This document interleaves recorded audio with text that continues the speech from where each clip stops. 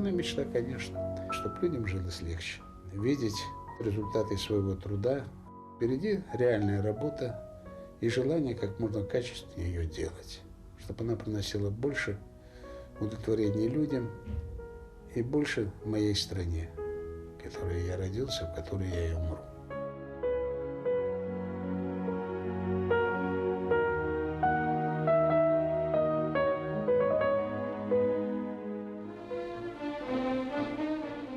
Родился в том самом 1937 году в Минске. Гэта быў час, калі савецкая краіна набирала силы, упэўнена здзяйсняла другі пятигадовый план. Родители у меня, отец в маленьком возрасте оказался заброшен в Беларусь с Украины. Он оказался здесь, вырос здесь, и работал здесь, и служил, и на войну пошел отсюда, на Вторую мировую, и прошел с войны сюда. А мать родилась в деревне Узборье, Минского района, это рядом с Раубичами. Там у нас все, так сказать, жили до этого наши деды, прадеды. В простой крестьянской семье она родилась. Ну, а я, родившись в Минске, вместе с семьей жил на улице Танковой. Вот где сейчас как раз яма, знаете, вот где массовое захоронение и памятник евреям расстрелянных. И когда началась война, немцы нас выселили, нашли на улице Снянской, 45, пустующая там часть дома, заселились, жили там. У нас было 7 ртов. Но как жилось при оккупации, я-то ее хорошо помню.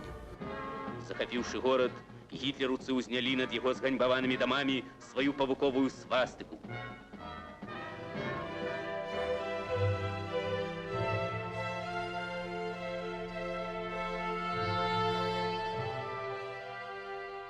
Вся семья у нас была взрослыми связняками в партизанском отряде. И нас преследовали все время обыски. В доме шмонали все, всюду. Оказывается, что рядом жил сосед, стукач, у гестапо. Он знал, что наша семья связана с партизанами. Старшая моя сестра Зина была арестована немцами, потому что пыталась выйти за город с аусвайсами пустыми. Ее пытали, ее изуродовали, все, она так всю жизнь жила, мучилась.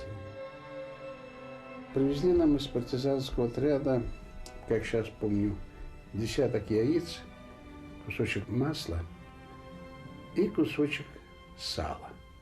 Все это было предназначено для того, чтобы выкупить Зину, старшую мою сестру. Стало известно, что из Минской тюрьмы вот на Володарскую будут вывозить партию для расстрела, и среди них наша Зина.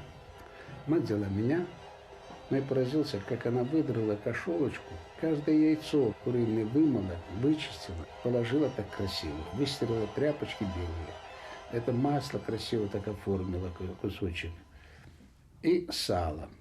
И все это так красиво накрыла белой чистой кусочком материала. Ну, просто ничего там маленькой тряпочкой.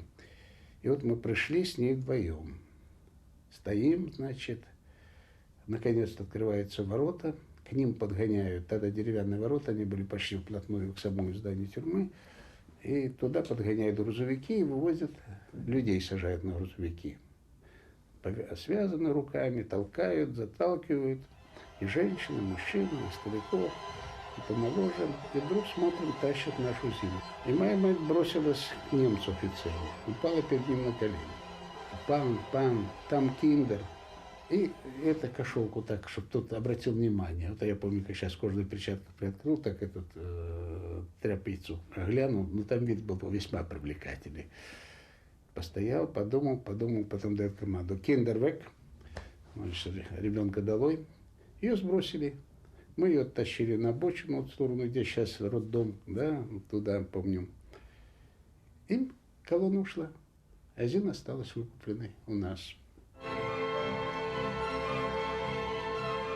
Накануне освобождения Минска, где-то недели за полторы, к нам пришел бывший учитель немецкого языка Альфред, так называемый немец.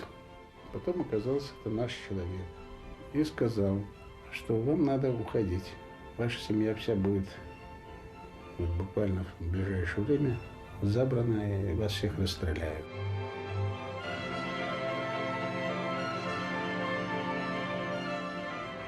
И вот нас он вывел, и мы пошли, как сейчас помню, двумя колясками этими, дошли до как раз Боровлян.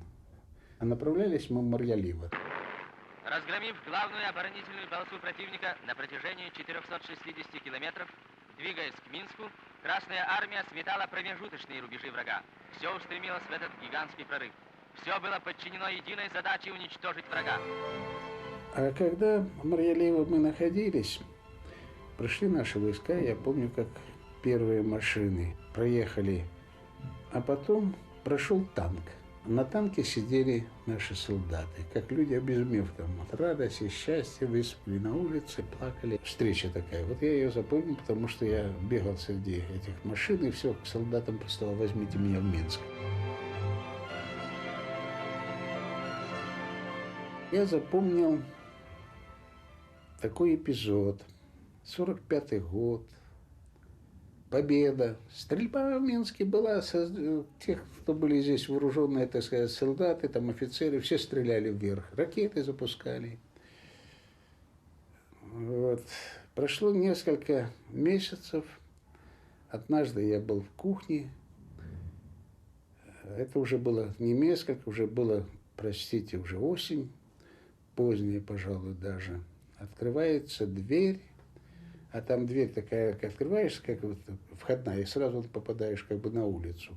И надо было несколько ступеней спуститься, чтобы войти на пол, вступить оттуда. Он так низкий был, но еще низкий сброс в землю как бы. И там появляется сначала костыли, шинель, и моя мать бросается навстречу вошедшему.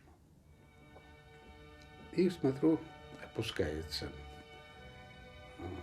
чуть ли не без сознания. Она думала, что пришел отец. Мы уже получили от нее письма, что он ранен, что у него нет одной ноги, вторая перебита в двух местах.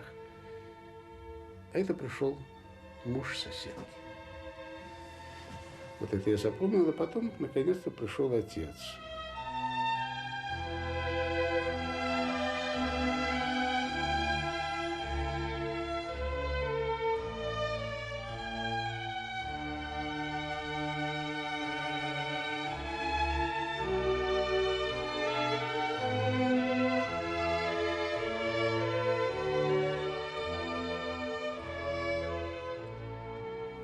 Но он был строитель.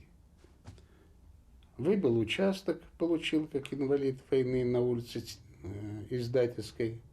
Вот как раз, где сейчас Комаровский рынок находится. И там он строил дом. Как сейчас помню, сидит на венце и рубит топором.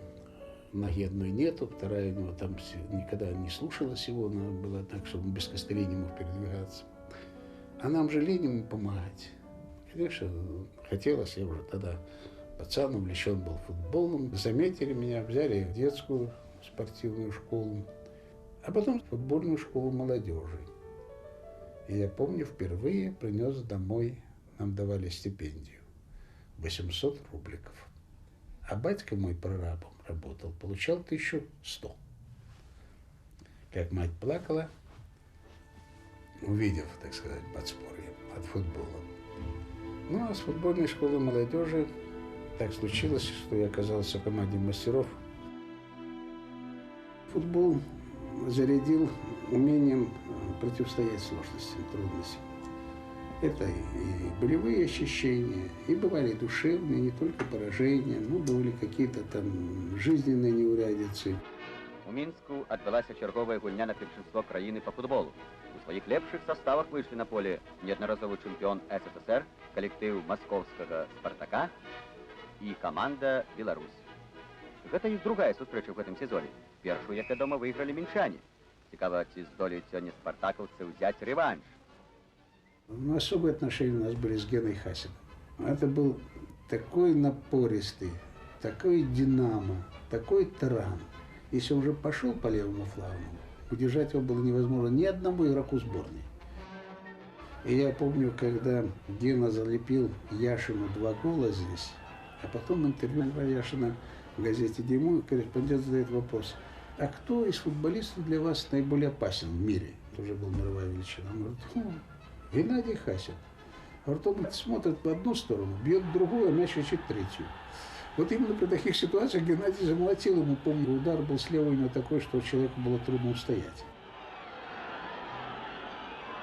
Ну, мы познакомились с ним, значит, это было в 1956 году. Мы играли в классе А. Значит, вот, стадион наш, но он не был таким стадионом. Он был старенький, разбитый, все, аж одно удовольствие посмотреть. Ну, а Коля Черенец тогда играл за ФШМ. Он был вратарем. Базненко его взял к нам. Вратарей у нас было много, и он решил его сделать правым краем. А он был такой шустрый, быстрый. Такой мы его звали еще в то время Ванька-Санька. Он пробежит, раз, упадет, встанет, и опять бежит. И такой шустрый играл прилично на правом краю.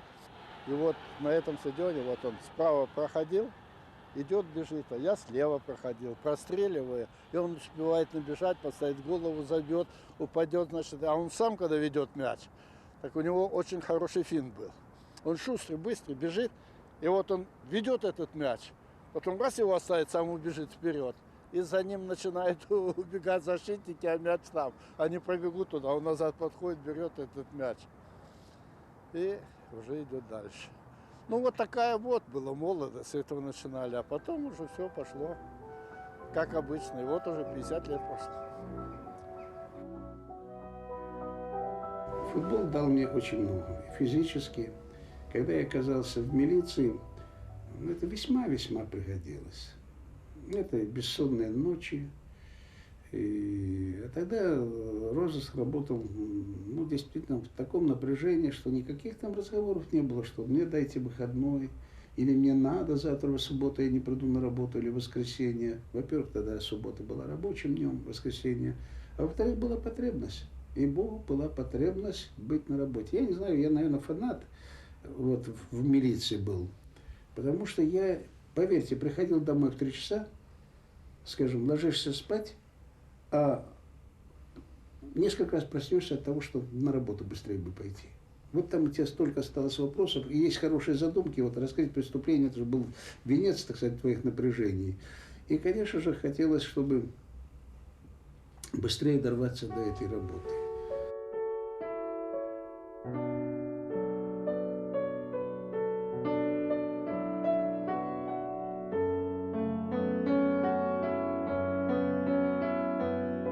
Дальше судьба, как говорится, срабатывала. Поиграв, я всегда на каких-то поворотах, где очень решительно действовал в судьбе своей. Решил идти из футбола. К тому моменту я уже заканчивал высшую школу тренеров. Когда закончился, оказалось, что я единственный футболист Советского Союза, который закончил с красным дипломом. Я пошел на завод Ленина. Секретное производство. Стал регулировщиком радиоаппаратуры. Был и слесарем-сборщиком, и регулировщиком. Меня тянули там, чтобы я играл за команду. Но вы знаете, я из тех уже, если порвал, не мог я возвратиться к футболу. Я немножко поиграл, но потом не смог. И не стал я играть в команде. А вот меня увлекла работа в цеху. Регулировщик радиоаппаратуры. Это были самые секретные приборы по дозиметрии для подводных лодок, для самолетов, которые требовали тонкой наводки. И я регулировал так, свои приборы научился. ГДУсы помню. Лазили мы в этот реактор, в этот КИС, где излучение до лампочки, это все было. Хотелось, знаете, сделать аппаратуру хорошо. Что у меня военпреды принимали без проверки. Чем я очень прельщал, то, что единственное в цеху, самая секретная аппаратура. И я, так сказать, сдаю аппаратуру, меня даже не проверяют. Настолько я научился действительно вот приводить ее в порядок, эту аппаратуру. Характер неспокойный, у тебя свое. Я был в дружине заводской, потом, значит, создали комсомольский оперативный отряд с Советского района. Меня назначили туда комиссаром. И мы действительно очень много полезного делали. Вот по Арчелюскинцу, даже поножовщины были, грабежи, разбои, угоны транспорта. Мы в засадах участвовали, потом индивидуально в засадах участвовали. И в лесу, помню, и в городе, и вылавливали угонщиков. Я прошел огромную школу там. И я помню, как меня позвал в райком партии Животков Иван Николаевич, первый секретарь райкома советского. Я говорю: слушай, есть мнение направить тебя в милицию? Ну, я не глазом не моргнул. Пойду, но только в уголовный розыск. На тот момент я уже учился на 2-м курсе журфака. Я перевелся на юридический факультет, естественно. Ну вот стал работать в милиции. 9 апреля 1966 года это была Пасха. Погода была дивная. Мне очень хотелось послушать церковный хор. И я попросила провести меня в церковь, потому что на военном кладбище у входа стояла милиция, и пропускали только бабулек с клумочками туда, в церковь. И вот меня проводят на эту центральную аллейку, где-то часов 6-7, наверное, было вечера. А от церкви бежит парень в светлом плаще, плащ вот светлый развивается, и такая улыбка, вот у Николая Ивановича до сих пор улыбка, вот у Саньки улыбка дедушки. Абсолютно. Значит, такая красивая улыбка, вот он мне навстречу бежит, это солнечный какой-то день, и парень так улыбается. И в октябре мы поженились вот так, 41 год назад.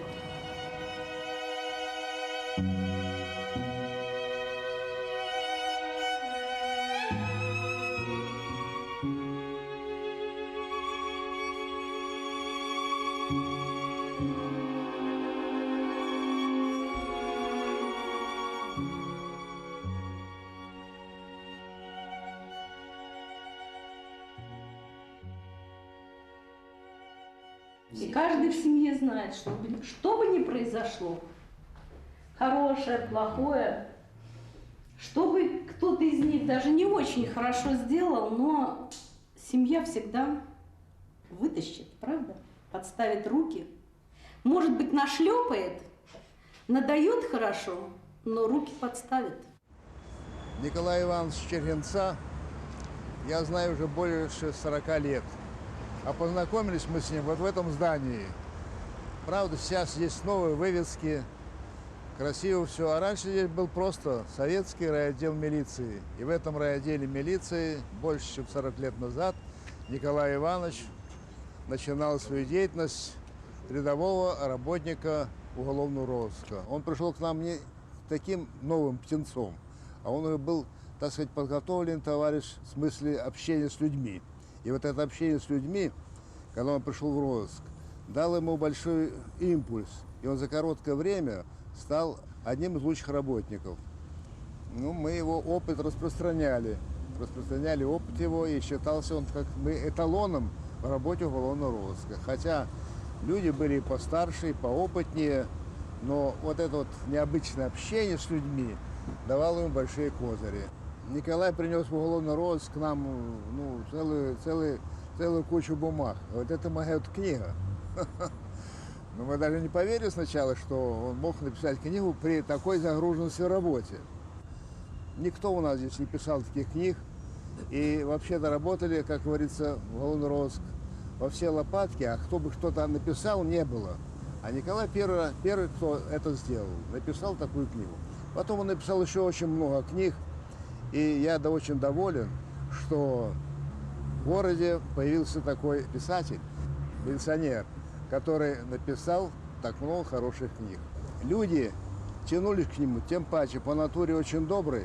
Он оказывал людям помощь, люди шли к нему советом, и не только молодежь, и не только люди его возраста, а ему уже было около 30, но и люди, убеленные сединой.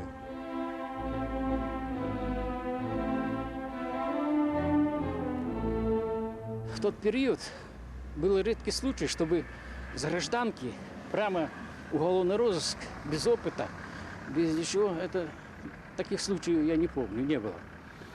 А его взяли.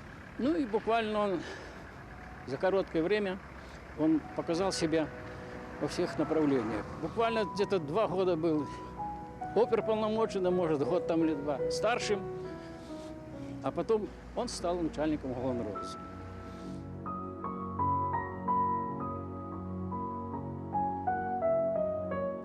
И вот все эти годы, ну, хотел бы сказать, что это такой трудяга. В другой раз удивляюсь, откуда у человека столько энергии день и ночь работать. Ему очень помогали молодежь района.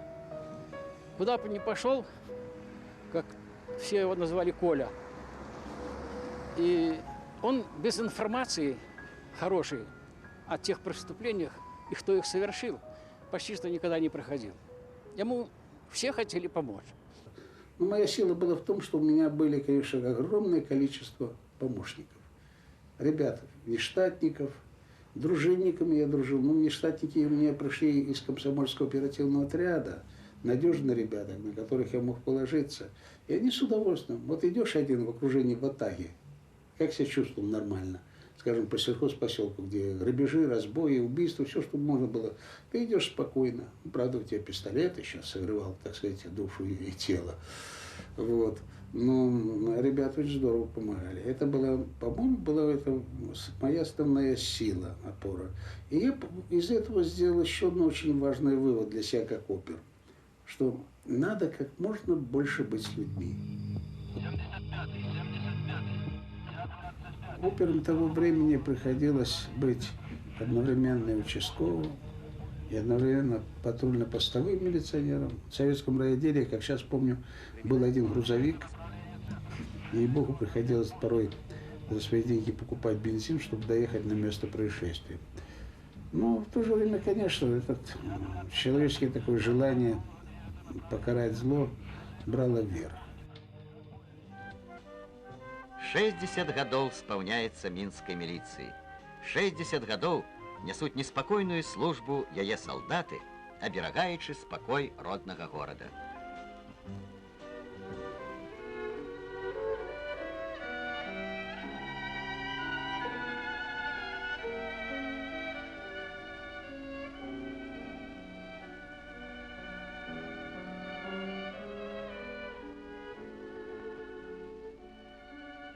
Помню, был такой известный вор, классный преступник, классный вор Антон Лютаревич, Антон Петрович, я как сейчас помню. Когда пошли огромное количество краж, огромное количество, больше сотни раскрытых краж, идет, чувствуется рука одна. Я сразу положил глаз на Антона. Мы создали 11 групп, попросили машин с УВД и сказали старшим: выезжайте по этим адресам, при подъезде вскрыть конверты, прочитать, что. Все поехали, а сам я поехал брать Тоника. Я его взял. Но так получилось, что плохо Тоника обыскали. И он, как он смог перепилить решетку и ушел. Ну, делать нечего. Начинаем вести розыск, объявили розыск, перекрыли вокзалы. А он как начал мне позванивать. Позвонить надо, ну что ищешь? А ты не ищи, не трать, Коля, время. Ну и потом он говорил ровно столько, чтобы не удавалось засечь телефон. Или, по крайней мере, если ты засечешь телефон, то ты уже не успеешь приехать. Наскребли мы все наши патрульных машин, там было, может, 4-5. Приблизили максимальные их маршруты вот к району Сторожовки. И вот, значит, он звонит. Привет, ну как ты там, не измучился в погоне за мной? Тебя же повесили там до хрена других преступлений. Давай раскрывай ты, что ты сидишь там в кабинете. Ишь ты из-за меня там. Ты людей пожалей, их же грабят, их убивают, знаешь, как с издевкой. А я ему говорю: Толь, ну конечно, ты бы мог бы их пожалеть, не отнимать у меня время. Я глянул на часы, сообщают, телефонная будка стоит на улице Сторожовской и Куйбышева. Моя задача была удержать вот будки. Я говорю: слушай, ты мне трепался, что скажешь все места, у меня же все готово, а ты опять бегаешь. Приходи, хоть разберемся по твоим этим, будешь уже разбираться, все равно сидеть будешь что-нибудь, ты сам понимаешь, никуда ты от меня не денешься. Он говорит: нет, денусь, ты ошибаешься. Знаешь что, я вообще смотаю куда-нибудь, уеду. Я говорю: ну куда ты уедешь, я тебя везде найду, в любом месте, в любой точке Советского Союза. Не дурись, приезжай, ты все-таки будем разбираться. А потом, смотрю, уже время подходит, говорит: и вообще, если ты не хочешь что-нибудь, я тебя сам возьму. Ха-ха-ха-ха. Ну ты меня никогда не возьмешь. Вот я согласен с тобой, бери меня, но ты сам убедишься, насколько я тебя обыграл. Я говорю: ну ты ошибаешься, Володя. Если хочешь, тогда я тебя беру. И буквально вот прошло 3 секунды, возня какая-то, и трубка, голос там уже нашего милиционера: Николай, все в порядке, взяли. Я поработал 2 года только в милиции, меня наградили уже первой государственной наградой. Выдвинули на должность начальника отделения уголовного розыска Советского райотдела, затем замначальника Первомайского райотдела, затем я был назначен начальником Ленинского райотдела. Это крупнейший райотдел был в Минске. В зоне его находилось и здание ЦК, это придавало особую значимость нашей работы. Хороший коллектив, хорошо работали. Очень хорошо. Райотдел наш был лучшим в республике. Он никогда не работал в милиции где-то там, даже в следствии, в ВБХСС, в кадрах. Он всю жизнь проработал в уголовном розыске. Как он говорил, сыщика ноги кормят. Он все время вот в этом напряге, и поскольку натура у него, он очень совестливый. Он никогда не работал. Ну вот отработал 8 часов и домой пошел, да? Он всегда говорил: я в розыске, понимаешь, у меня убийство, у меня там кража, грабеж. Как я могу посмотреть людям в глаза? Ведь они ждут, что я должен раскрыть. А я приду домой, сяду и буду смотреть телевизор и кушать. Никогда этого не было.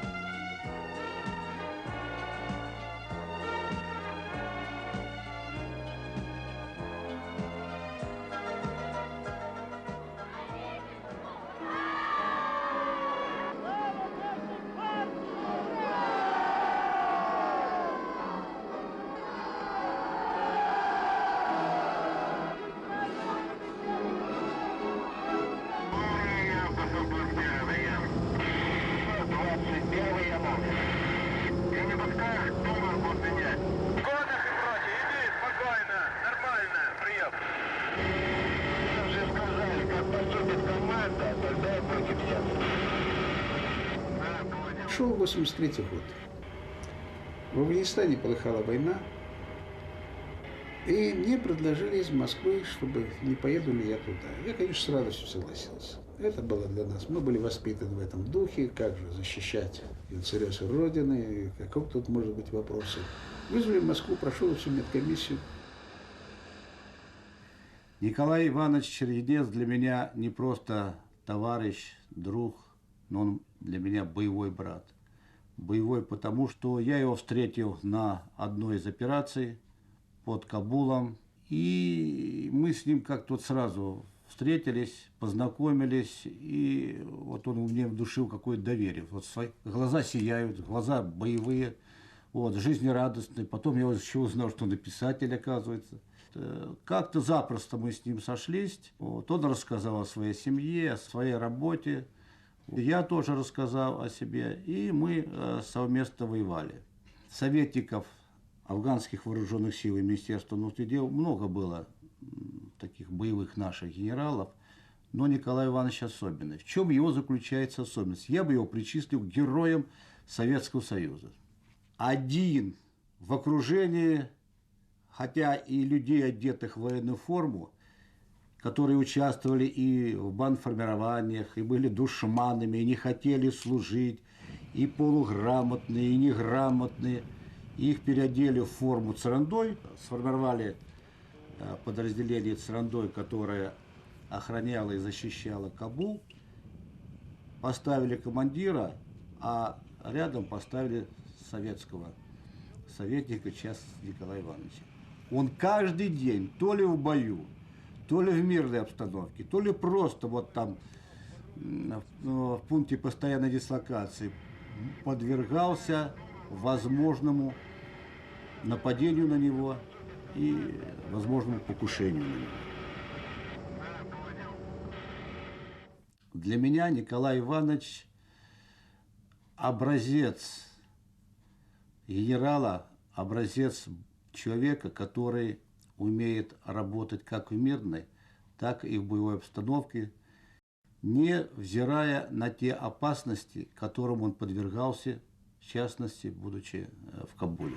Тихонько трону я струну свою, смахнет слезу тайком платочком мама, а я для вас, для всех сейчас пою. Для вас, ребята, из Афганистана, а я для вас, для всех сейчас пою. Для вас, ребята, из Афганистана. В эти тяжкие годы афганской войны Николай Иванович Чергенец всегда чувствовал поддержку товарищей по писательскому цеху. Постоянно переписывались с ним Иван Шемякин, Андрей Макаёнок, Нил Гелевич, Василий Быков. Жизнь вообще жестокая штука, а у вас так и подавно. Что наши дела в сравнении с вашими делами? Все кланяются вам, все переживают за вас. Пусть дойдет до вас наша поддержка в укреплении духа. Крепитесь и удачи вам. Обнимаю вас, ваш Василий Быков.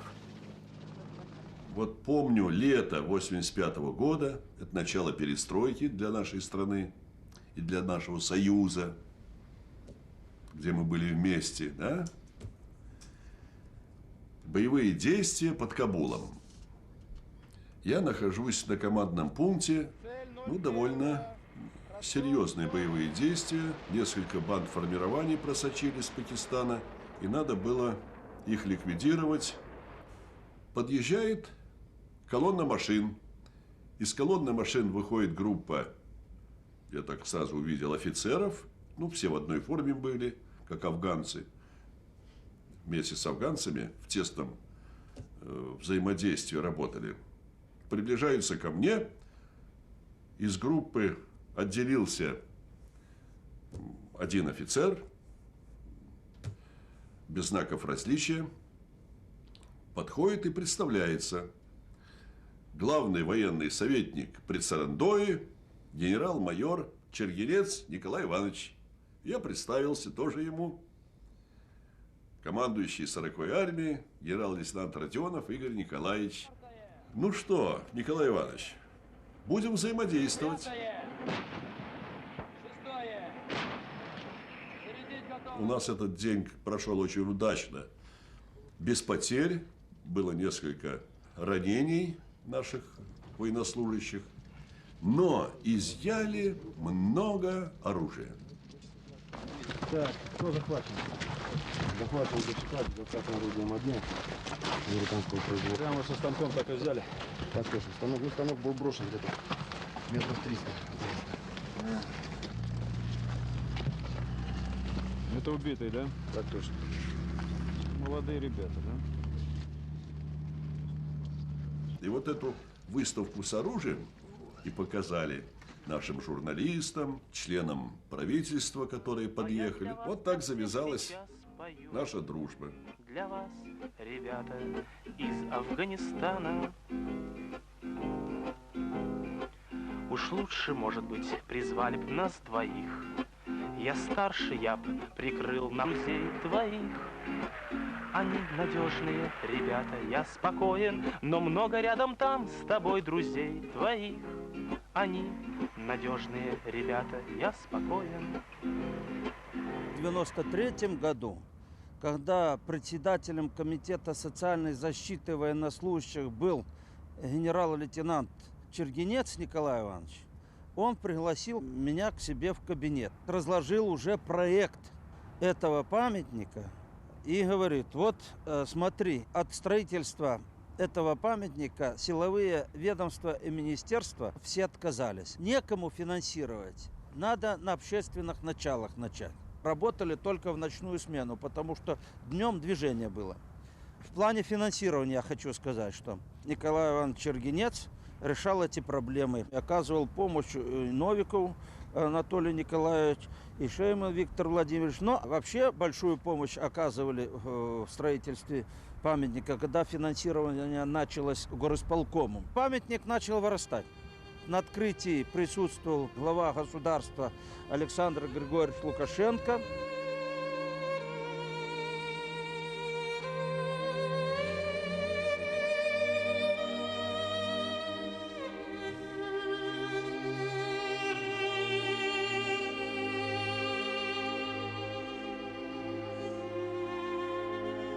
Это скорбь о всех тех товарищах, кто погиб в Афганистане, о всех тех, кто после войны умер от ран. И все это обязывает нас думать о живых. Что можно сегодня сделать для того, чтобы облегчить жизнь и тем, кто воевал, и тем, кто рядом с ними живет и работает.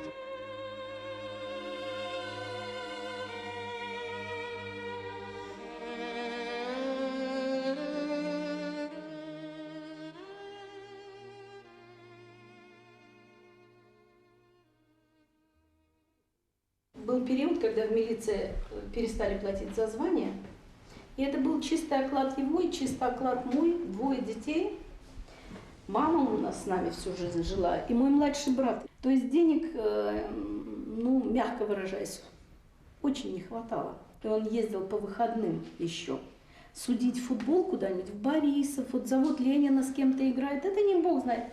Там 10 рублей, там написал. То есть он четко знал, что он мужчина в семье. И даже первую свою книжечку, мне кажется, конечно, у него был интерес, но он писал еще и от того, что он хотел заработать денег.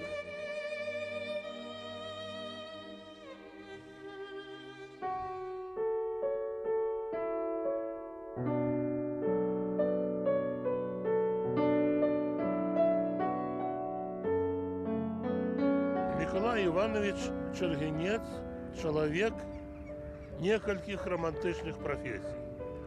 Я не буду їх перелічати, але повинен сказати, що головна його професія – це письменництво. Це те, що він наш відомий письменник, прозаїк, автор шматліких оповістей, оповіданнів, романів на теми сучасності. Коли шукати некий літературний жанр, до якого можна було б віднести його твори і мати більш певне уявлення, так це детективний жанр.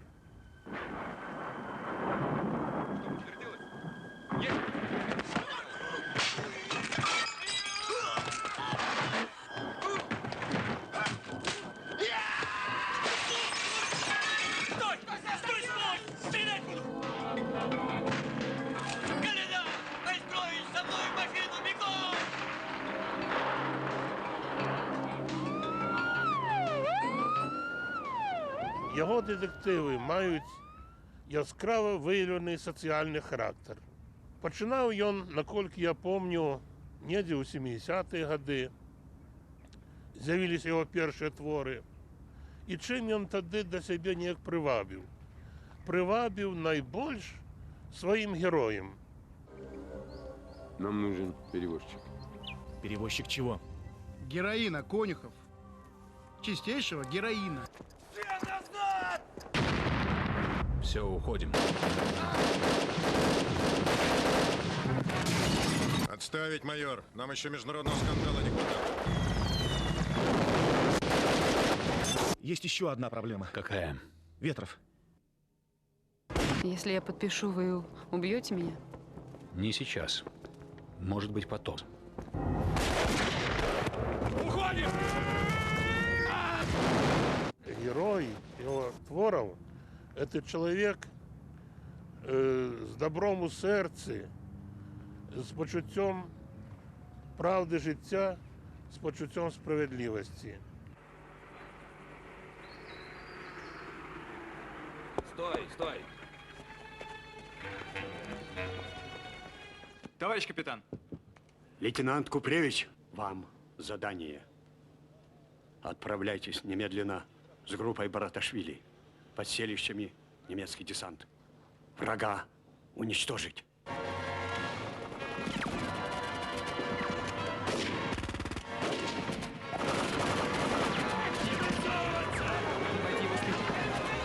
Прикройте меня! Коли на вокладці стоїть Николай Чергенец, эта книга у книгарні на полиці не залежується. Безумовно, Чергенец – це з'ява.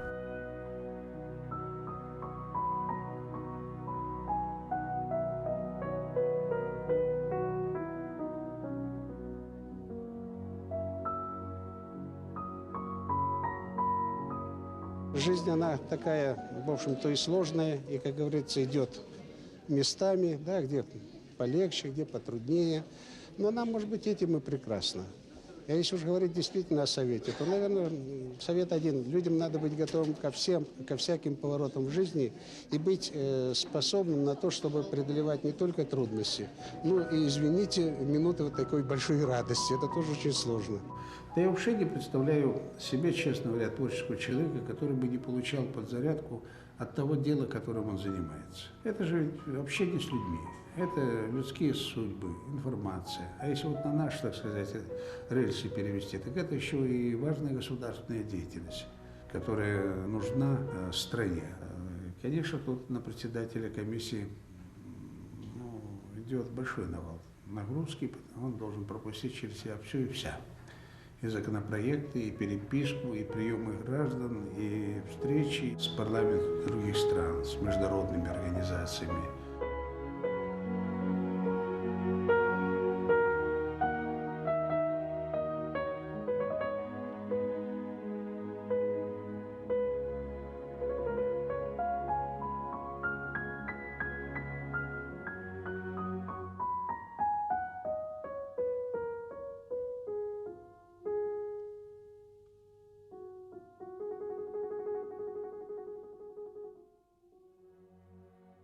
Я просто поражаюсь разносторонней, разноплановости и работоспособности Николая Ивановича. Достаточно сказать, что вот третий созыв подряд возглавляет, пожалуй, наиболее трудную комиссию по международным делам и национальной безопасности. Это требует очень большой энергии, знаний и опыта работы.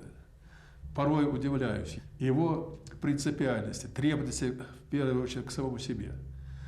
Ни один законопроект, который проходит по его комиссии, не проходит без его такого тщательного анализа каждой статьи.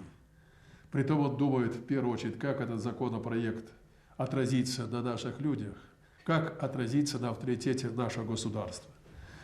Человек, который старается, если что-то ему непонятно, докопаться до сути, привлечь любых, как говорят, консультантов, любых специалистов для того, чтобы самому разобраться и оценить, как тот или иной законопроект в случае его ратификации, то или иное соглашение, будет действовать во благо нашей республики. Поэтому для меня лично это пример парламентской деятельности, которую я стараюсь тоже следовать.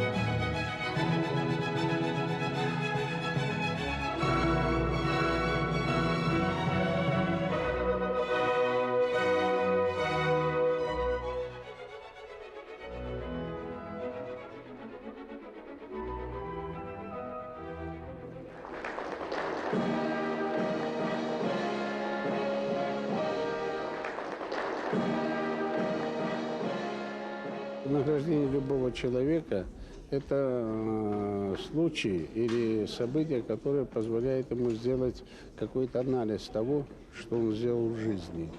Увидеть то, что его радует. Но если он самокритичный человек, а таким должен быть награждаемый, то, конечно, увидеть то, что он не доделает, не дорабатывает. И увидеть перспективу. Николай Иванович Чергенец. председатель постоянной комиссии Совета Республики Национального собрания Республики Беларусь по международным делам и национальной безопасности. Председатель комиссии парламентского собрания Союза Беларуси и России по вопросам внешней политики. Кандидат юридических наук. Академик Международной академии организационных и управленческих наук. Профессор, доктор юридических наук Российской Федерации. Лауреат международных премий имени Александра Фадеева и Валентина Пикуля. Генерал-лейтенант. Автор более 30 художественных произведений, нескольких художественных фильмов и более 50 научных трудов. Член Президиума Совета Республики Национального собрания Республики Беларусь, председатель Союза писателей Республики Беларусь, член Союза журналистов, Союза кинематографистов, секретарь Международной ассоциации писателей-баталистов.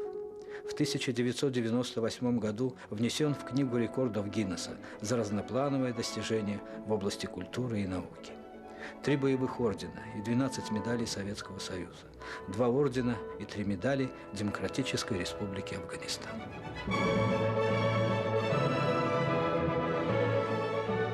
70 лет Николаю Ивановичу, все домашние дома. Поздравляем! Поздравляем!